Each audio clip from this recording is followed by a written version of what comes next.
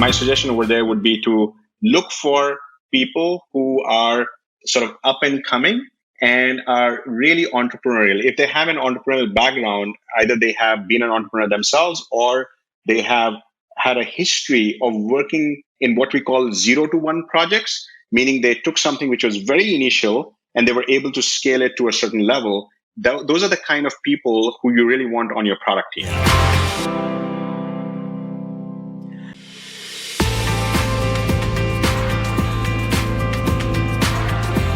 Welcome to Prime Venture Partners Podcast, a podcast for entrepreneurs looking to build and grow their startups. Learn about uncommon strategies and common traps from makers and doers of startup ecosystem.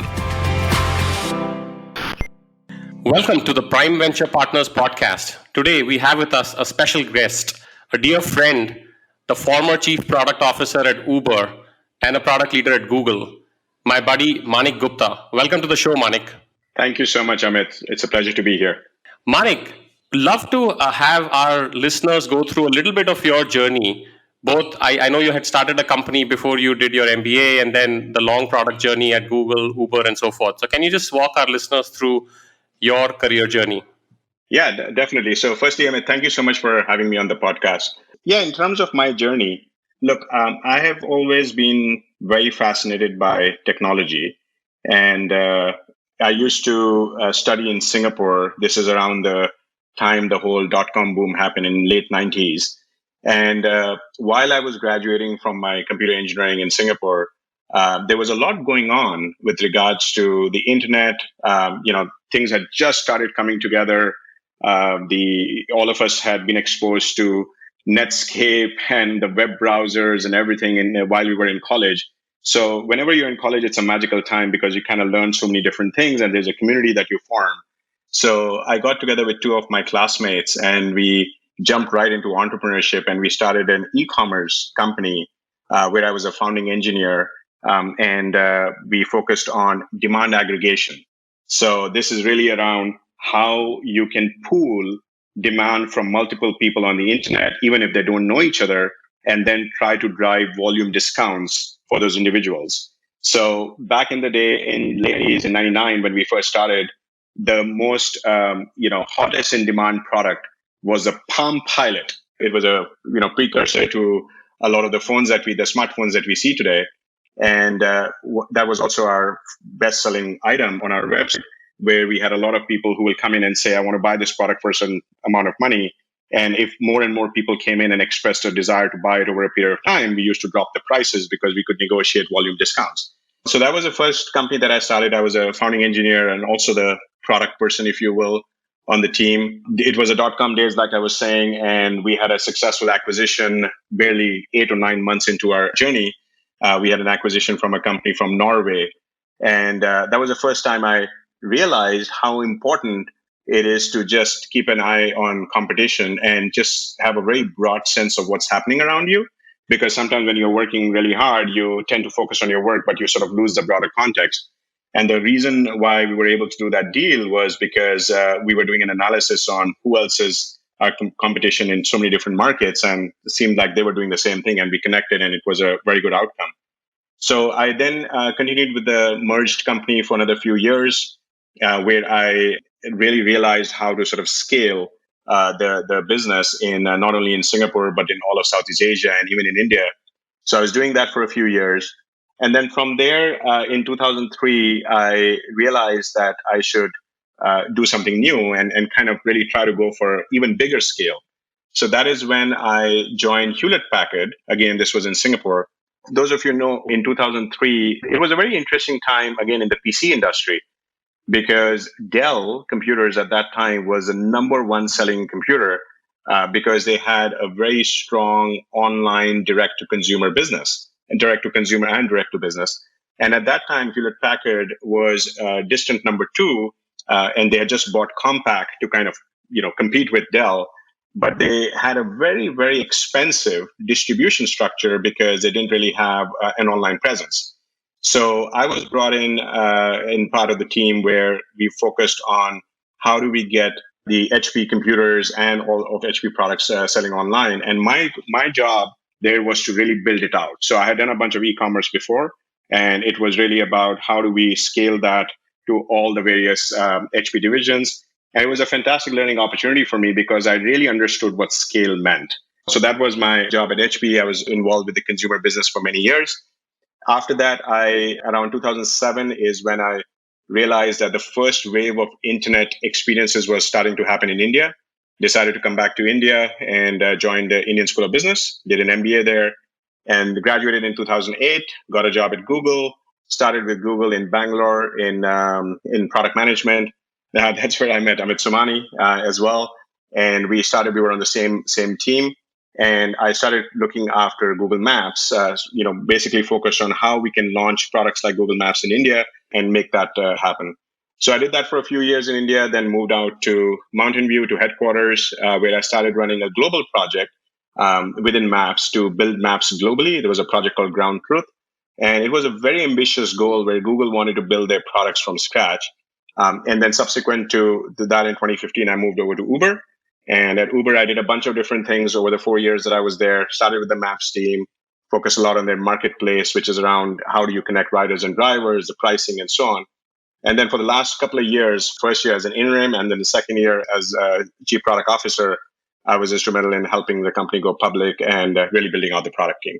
So that's in a nutshell, being a product guy throughout.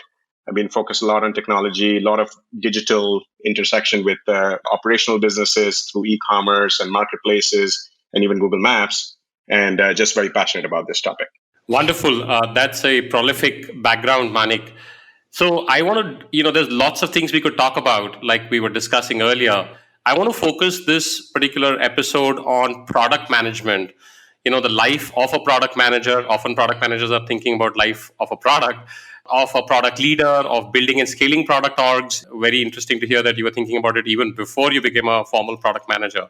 So what in your journey have been some of the inflection points for your own growth as a product manager? What have some of the defining learnings been, some of the defining experiences been where you grew a lot and got a handle on this thing called product manager? Maybe you could even start with what you think is a great product manager. Yeah, that's an interesting question. So, over the years, I've had the opportunity and the privilege actually to work with very successful product managers who have been there, done that. And I've had the opportunity to also hire a lot of people and kind of groom them.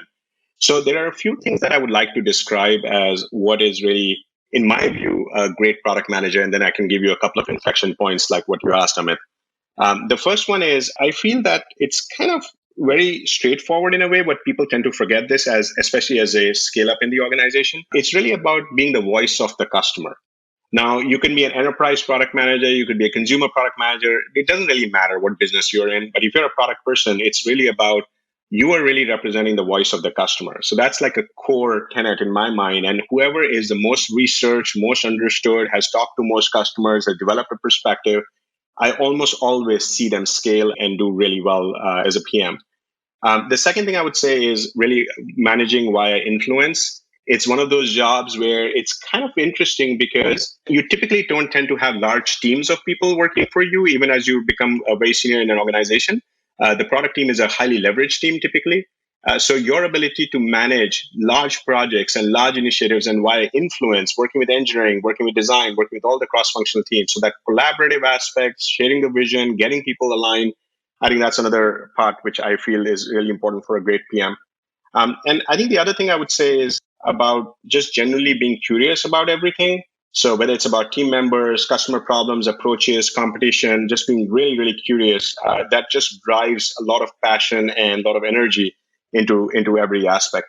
And the final thing I would say is, of course, it's kind of core to what a product manager does. It's really the ability to prioritize and focus why a problem needs to be done, to be solved. What are we going to do about it?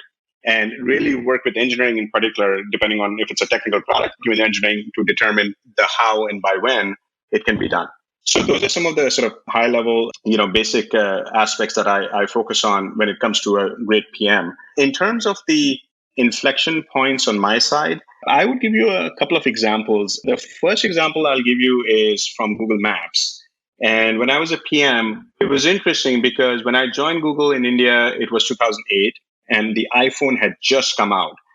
And the whole shift to mobile and how it literally took the world by storm with the iPhone coming out and then Android coming out and the whole mobile landscape evolving was just a fascinating thing to watch. So for me, it was really important to figure out as a PM working on Google Maps, which obviously is such a mobile oriented product at the end of the day. I mean, you carry it in your phone, you carry it on your phone, you're everywhere, your location and all that. It required a lot of sort of future thinking in terms of what a country like India, by when will India get to a point where we'll have massive smartphone penetration, so that you can have products like maps work really well. So I had to learn a lot of kind of long range thinking in terms of what to predict, what the market is going to look like, so that as and when we start building features, especially the heavier features, if you will, on Google Maps, like turn by turn directions and so on, they will have a ready audience waiting for them if we can get it right. So that ability to think long range and understand how to bet on these sort of underlying trends that are happening, that's something I hadn't seen before. And with Google Maps, I got to see that, and you just have to ride that wave, if you will, and be prepared to deploy your product, keeping that in mind. So that was one interesting area that I grew a lot. And then the second one, very quickly, is going to be about at Uber. I learned a lot about how to go from managing just product management, but also some of the other functions like data science, design, and so on. And again, each of these functions are somewhat different. They're all part of the product development process, but they're different. And how do you really get all of them aligned? What are some of the things that motivates each of these functions was a very important scaling learning for me. Fantastic, Manik. So, just to kind of summarize, right? Voice of the customer, having a lot of empathy for customers, customer discovery, influence, curiosity, and prioritization, right? Those are some of the key traits that you both kind of cultivated in yourself and also what you look for in really successful PMs. The latter one that you also said is quite interesting, which is, how do you read the market, right? And how do you read market trends, technology trends? Because a lot of our listeners here are early stage entrepreneurs. Often they might even double down as a product manager or the first product manager for the company. So I'd love to have you elaborate a little bit on both of these points, the voice of the customer / customer discovery, as well as reading trends. What are some good sort of best practices that you have followed or learned on both of these? Yeah, so on the voice of the customer, and just understanding the customer better. The good news today, Amit, is that there's just so many new tools that are available with regards to how quickly you can get feedback from customers. So to give you a couple of examples, if you look at the product development lifecycle today in any consumer mobile product, let's just talk about consumer first, and I'll cover enterprise in a second. Any consumer product, you have the ability to do very quick focused set of experiments, right? And when you do these experiments, you can very easily get very clear and actionable data back from the way users interact with the product in terms of what's working and what's not working.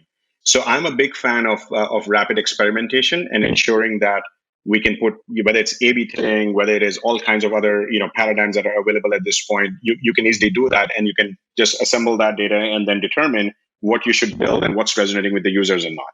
Now, at the same time, you also have the ability these days to do surveys, to do customer research, primary research. User research teams have fantastic tools at their disposal. So I think if you're a product manager today, you have no excuse really not to really listen to your customer, because you can't hide behind, oh, well, it's too hard or it's too expensive. I mean, it's not. You have a lot of information available where you should be able to just get connect with the customers and start hearing both in terms of what they need to build and go from there. So that's one thing I would say on the consumer side. Similarly, on the enterprise side, the classic thing again is when you're building enterprise products, you have to make sure that you're solving a real problem. Oftentimes I see teams fall into the trap where they're just a bunch of super smart technical people and product people and so on, and they get together and say, well, this is how we're going to disrupt the enterprise. I mean, all that is good, but please go talk to some customers. Talk to like 5 customers or 10 customers, and then understand the problem that you're really solving. Is that the problem that really matters to them or not?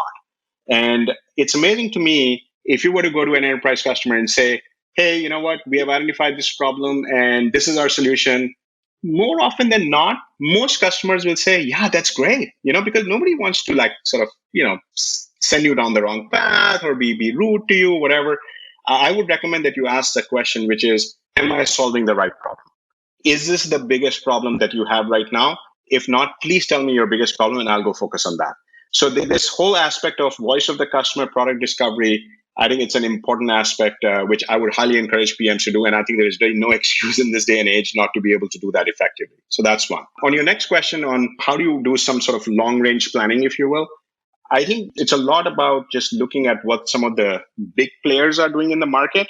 If you look at how the technology industry is structured today, there's no doubt that the top 4 or 5 companies, the Googles, the Apples, and so on, they pretty much have a very strong set of platforms, and whatever they do have massive ecosystem ramifications.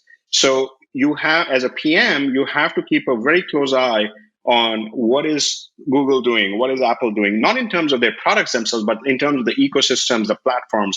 What is the next version of operating system that Apple is putting out there?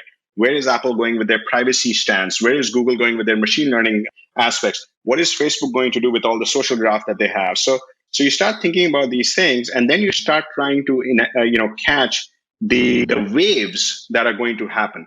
So like I mentioned in my previous Google Maps example, you have a wave of mobile that was coming in and everybody was just getting onto it. I think at this point, the wave of mobile is sort of done. Everybody, a lot of people have smartphones and things like that. But then you have to really catch the next wave and then make sure that your product is relevant in that, because that's where the real disruption happens. So I think those are the aspects that are really important, particularly for product people. And I think the most successful people are able to have that 30,000 foot view in terms of what's really happening, what are the ecosystem changes that are happening, and how does their product kind of feel part of that. And then they're also able to get into the nitty gritty details of what are my customers saying, both explicitly and implicitly, and then build a product roadmap based on that. Yeah, it's really fascinating. And at the end of the podcast, we'll talk about CVKey, this new project that you've co-founded, and how privacy is such an important new kind of wave or trend. So if you're a PM anywhere, right, you should be looking up and studying the ramifications of privacy on your product, right? So very, very interesting.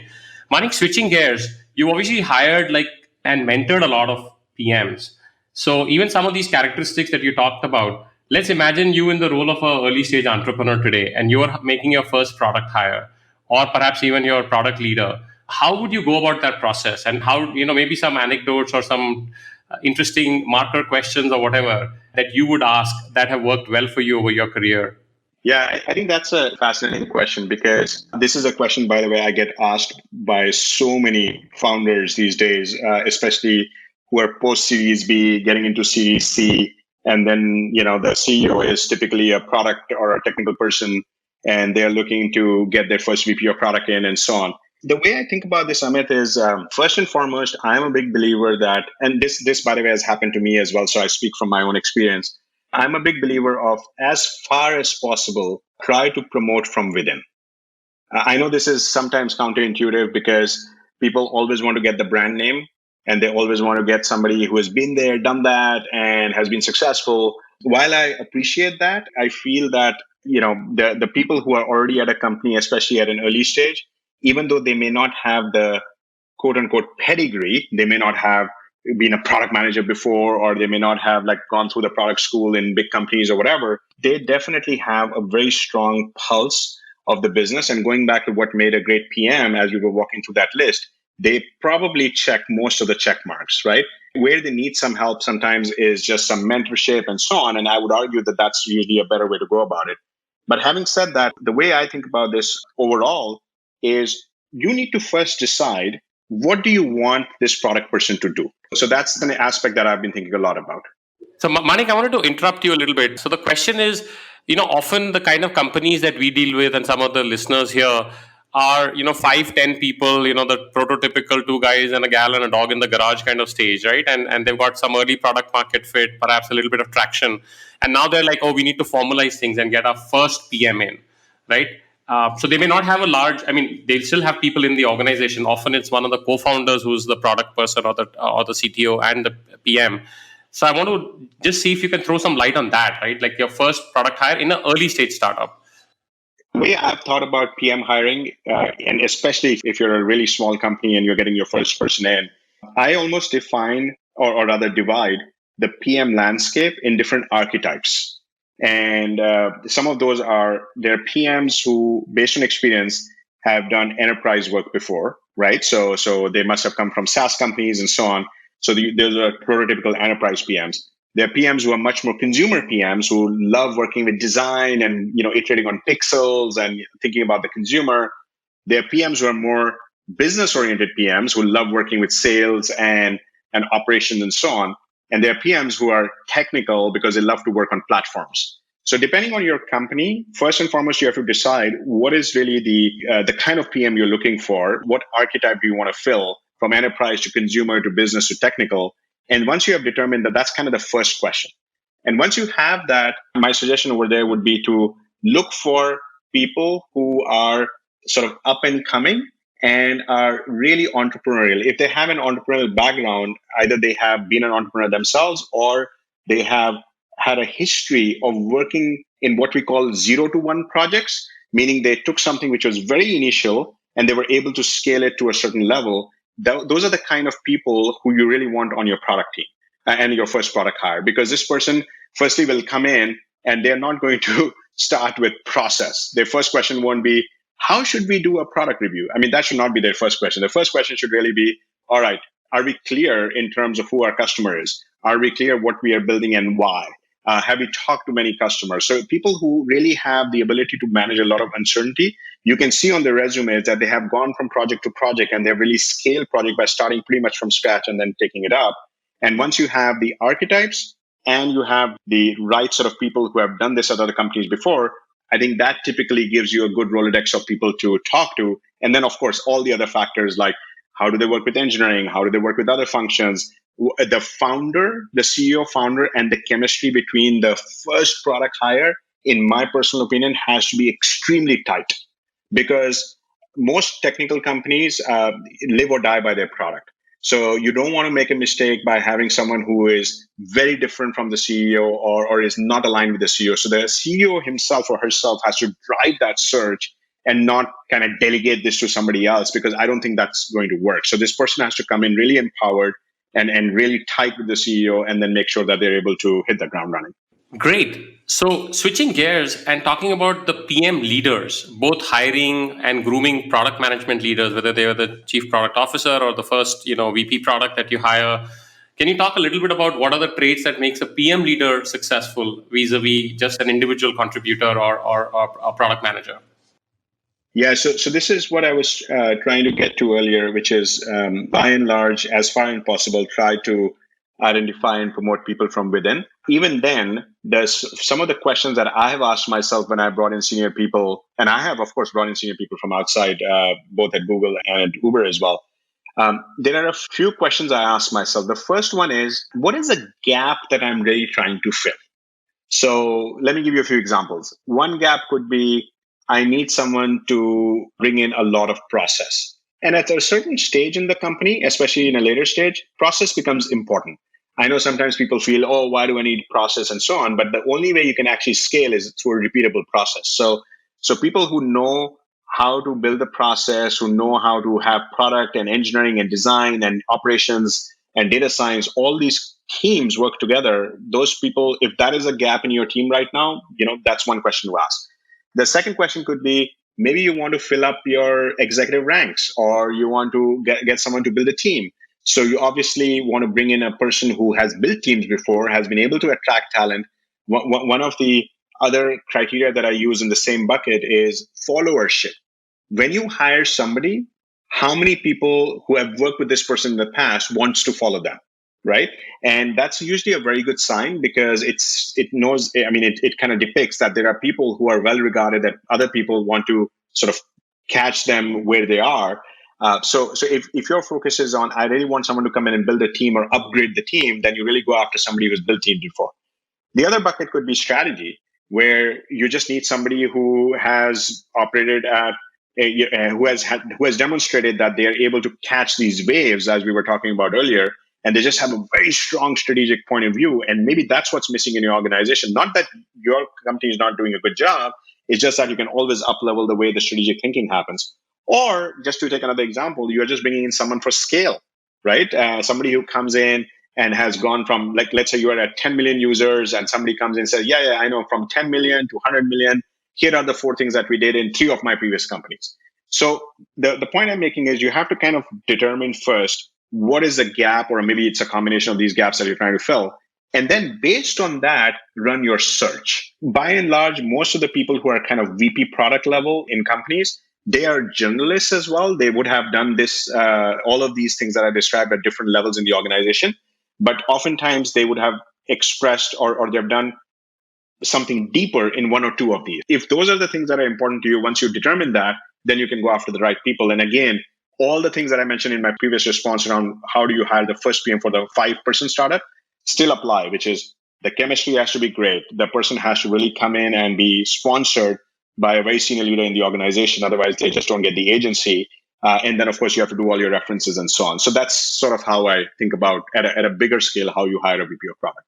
Wonderful. As we get closer towards the wrap up here, what advice would Manik Gupta of today, right, give Manik Gupta of 10 years ago as a product manager, particularly, right? Not life advice, not other gyan, but what would you rather, now, knowing what you know now, what would you want the Manik of 10 years ago to know? Looking back, I would have loved to prioritize data science and my knowledge of data science more 10 years ago.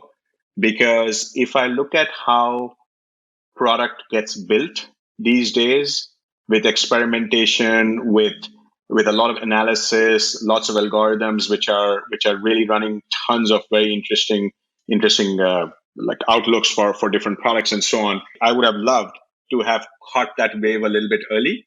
And that would have just made me a much better product manager. I've learned that over time. If I was 10 years back, if I had access to it, or if I thought about it, I've thought about how to have that function more sort of represented within product and understand like the way data scientists talk about analysis and so on. If I had prioritized that a little bit better, then I think I would have, grown even more as a product manager. Fascinating. And I'm actually very tempted to ask you the forward-looking question then. If a young PM who's just starting out or working in one of these young, entrepreneurial companies comes to you saying, here's a skill you learn. So data science clearly would be a big one, right? Looking back over the last decade. Yes. What is the forward-looking thing, right? 10 years from now, you wish people would know already, right? I know we're going to switch into CVKey, so that might be a hint. But maybe something else, right? Something that people that are getting onto their product management journey today should keep an eye on over the next 10 years? I feel that more and more product roles are going to somehow merge is probably too strong a word, like mesh with business roles, because I've started to see that happen a lot. And this is not a new trend, it's just accelerating. The role of the product management function, at least from my exposure in the Valley, is rapidly changing into much more of a general management function. There are companies like Amazon who have been doing this for a while. And I've started to see that at Facebook, at Google, not so much in Apple just yet. And not only that, in some of the startups that I'm advising right now, and even the ones that I'm investing in, I'm starting to see a PM really just operate more like a GM, where they even sometimes carry profit and loss responsibilities, or they're supposed to make sales calls, or even in a consumer world, they're supposed to do the operations work. So I would say, looking 10 years out, again, not giving you a technical answer because who knows where technology takes us, but in terms of the function itself, I would see that this becomes much more of a general management oriented function. So having a much more well-rounded experience and prioritizing, spending time with support, with operations, with PR and marketing early on in your career will just make you that much better PM. Fantastic, Manik. I have a ton of questions, but we need to wrap up here. And I definitely don't want to end without talking about, what's next for you. Like I mentioned, you've co-founded CVKey. Can you tell our audience a little bit about what inspired that and what that is about? Sure. So I started a nonprofit venture called CVKey. It's at cvkeyproject.org. And I co-founded that with a bunch of people, especially with Brian McLennan, who is the founder of Google Maps, whom I had the pleasure of working with for many years. And we essentially focused on how do we safely reopen society, which has been in shelter in place or lockdown for many months now all over the world from COVID-19. And how do we do that in a way which is very privacy preserving? So in a nutshell, it's really a set of applications that we are building which allow different communities all around the world to be very clear with regards to how do they want people in their community to manage their health from their symptoms. At the same time, provide them clear guidance in terms of what they should do as and when they encounter any issues with their own health in regards to COVID-19.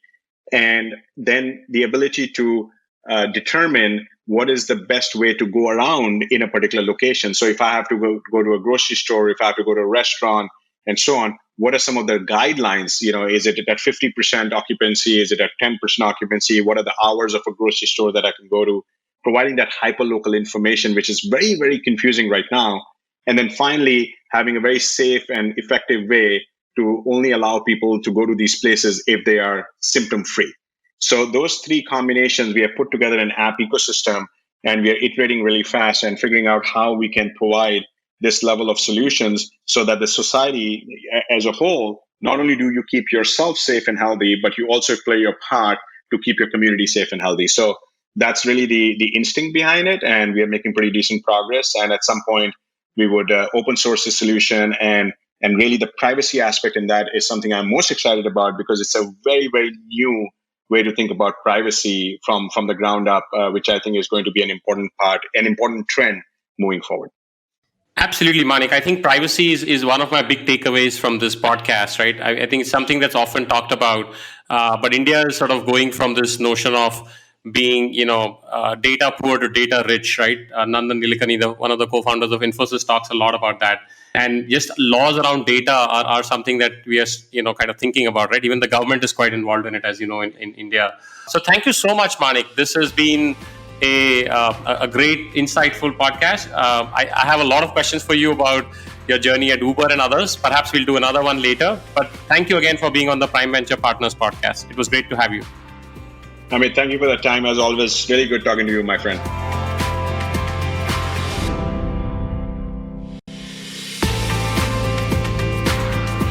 Dear listeners, thank you for listening to this episode of the podcast. Subscribe now on your favorite podcast app for free, and you'll be the first one to know when new episodes are available. Just search for Prime Venture Partners podcast in Apple Podcast, Spotify, Castbox, or however you get your podcasts. Then hit subscribe. And if you have enjoyed the show, we would be really grateful if you leave us a review on Apple Podcast. To read the full transcript, find the link in the show notes.